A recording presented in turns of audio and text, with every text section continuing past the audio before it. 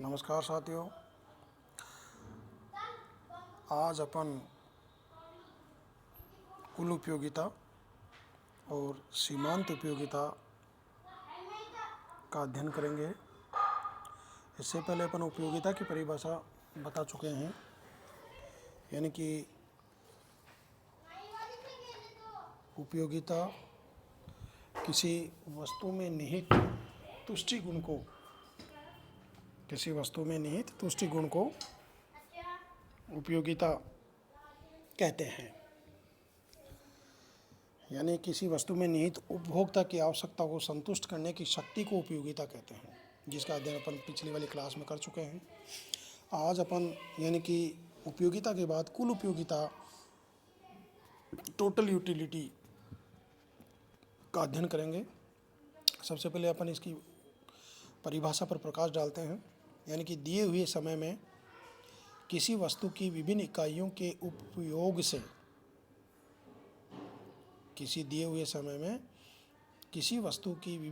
के उपयोग से प्राप्त कुल संतुष्टि को कुल उपयोगिता कहते हैं। कुल उपयोगिता प्रारंभ में घटती हुई दर से बढ़ती है और एक बिंदु पर अधिकतम होती है और उसके बाद घटने लगती है। जैसा कि डायग्राम में बता रखा है, अपन इसको डायग्राम के आधार पर भी दर्शा सकते हैं। यानी कि TU, जहाँ TU तो है टोटल यूटिलिटी यानी कुल उपयोगिता वक्र है, और इस डायग्राम में यानी कि क्षैतिज अक्ष पर यानी कि वस्तु की मात्रा लेते हैं और लंबवत अक्ष पर टोटल यूटिलिटी यानी कि कुल उपयोगिता को लेते हैं। जैसा कि चित्र में दर्शाया गया है कि कुल उपयोगिता वक्र TU के द्वारा दर्शाया गया है, जिसके क्षैतिज अक्ष पर वस्तु की मात्रा तथा लंबवत अक्ष पर कुल उपयोगिता TU को लिया गया है। TU वक्र कुल उपयोगिता वक्र है। यहाँ कुल उपयोगिता प्रारंभ में घटती हुई दर से बढ़ती है और M बिंदु है इसमें, और इस M बिंदु पर वो अधिकतम होती है और उसके बाद वो घटने लगती है। ये आपका टोटल यूटिलिटी है, कुल उपयोगिता है। ऐसे ही अपन सीमांत उपयोगिता को लेते हैं। इसको इंग्लिश में मार्जिनल यूटिलिटी के नाम से जाना जाता है। मार्जिनल यूटिलिटी कहते हैं। सीमांत उपयोगिता की परिभाषा है, देखिए आप। यानी कि किसी दिए हुए समय में उपभोक्ता के द्वारा किसी वस्तु की एक अतिरिक्त इकाई का उपभोग करने से कुल उपयोगिता में होने वाले परिवर्तन को सीमांत उपयोगिता कहते हैं। यानी कि उपभोक्ता के द्वारा किसी वस्तु की एक अतिरिक्त इकाई का उपभोग करने से कुल उपयोगिता, जो टोटल यूटिलिटी है, उसमें जो परिवर्तन होता है उसको सीमांत उपयोगिता के नाम से जाना जाता है। अब अपन इसको कुल उपयोगिता और सीमांत उपयोगिता को अपन इनके बीच में जो पाया जाने वाला जो संबंध है उसको अपन एक सारणी के द्वारा भी दर्शा सकते हैं। यानी कि सारणी, यानी कि जैसे मान लीजिए कि एक वस्तु है, वो डबल रोटी को ले लीजिए आप, और प्रारंभ में यानी कि डबल रोटी, यहाँ इस जो सारणी दे रखी है आपको, इसमें डबल रोटी की 7 इकाइयाँ दे रखी है, 1 2 3 से 7 तक, और कुल उपयोगिता और सीमांत उपयोगिता दोनों को इसमें दर्शा रखा है।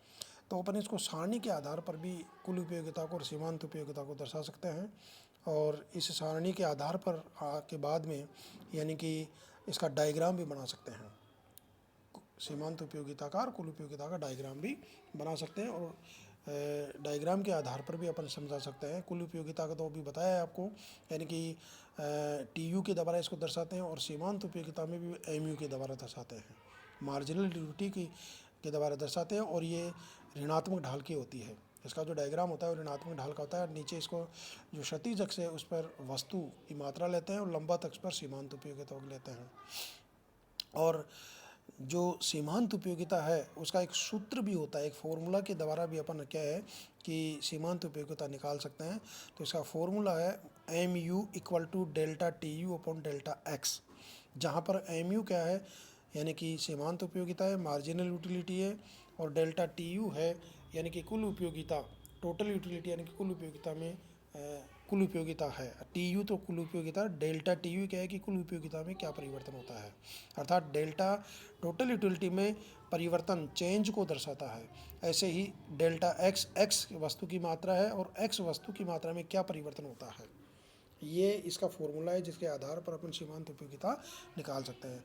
और अब क्या है कि डायग्राम के आधार पर सीमांत उपयोगिता कुल उपयोगिता के बीच हम संबंध भी दर्शा सकते हैं। यानी कि इनके बीच में जो संबंध है वो ये है कि जब कुल उपयोगिता बढ़ती है, TU, जब कुल उपयोगिता बढ़ती है तो सीमांत उपयोगिता धनात्मक होती है।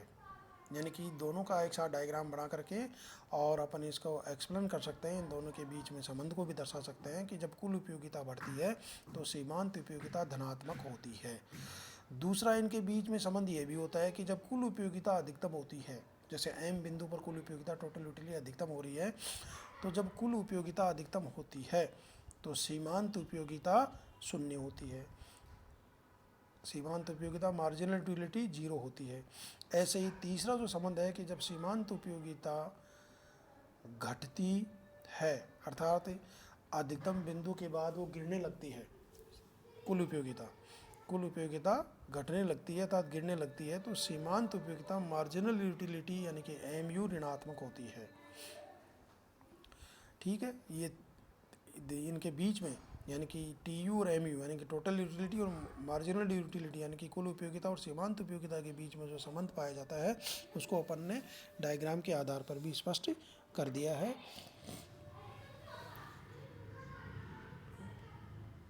धन्यवाद।